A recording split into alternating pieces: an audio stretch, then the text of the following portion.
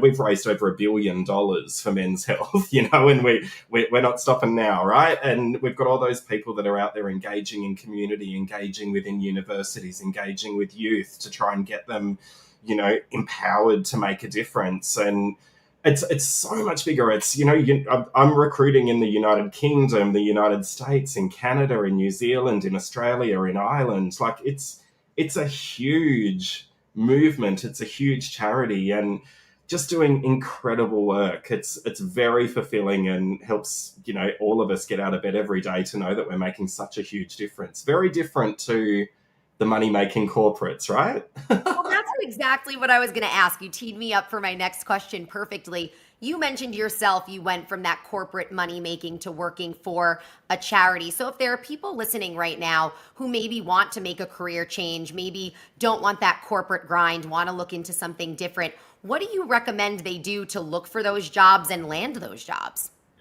I think there's a mindset in the first instance when it comes to this, because, quite often with charities and not-for-profits, right, we run lean because we want the funds that we're raising to, impact health for us, men's health, right? So the salaries may not be aligned to what you're on in corporate, and you certainly won't be receiving your, big annual bonuses based on how much revenue that you're driving or whatever.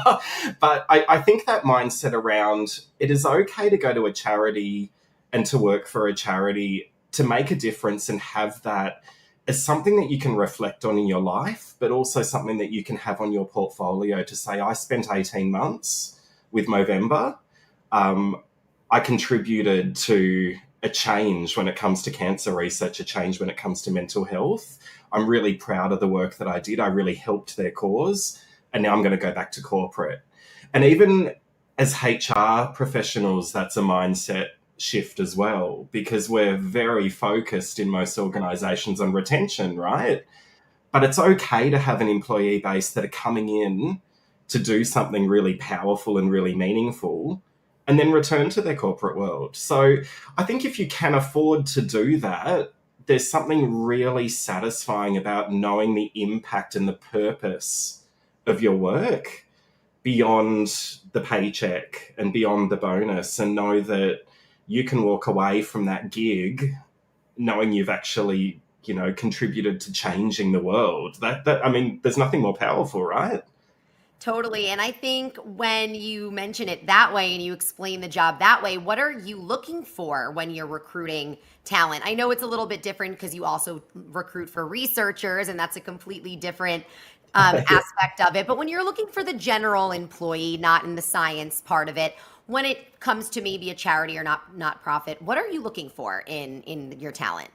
Yeah, because you're absolutely right. It's much more obvious when you're looking at researchers, right? Because they've got the experience, the publications, all of that are aligned to what we do. For the general population, I want to hear the story behind it.